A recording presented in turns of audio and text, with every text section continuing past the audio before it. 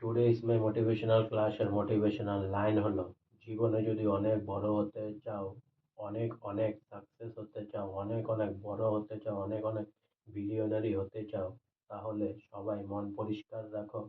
আর মনে কোনো কাদা রেখে বাইরে সাদা দেখাতে চেষ্টা করবেন না। কারণ মানুষকে আপনি ধোঁকা দিতে পারবেন আপনার মনের ভিতরে কালা বাইরে সাদা, কিন্তু ভগবানকে আপনি ধোঁকা দিতে পারবেন না। আরেকটা কথা মনে রাখবেন, পরের জন্য গর্ত করলে সেই গর্তে নিজেই পড়তে হয়।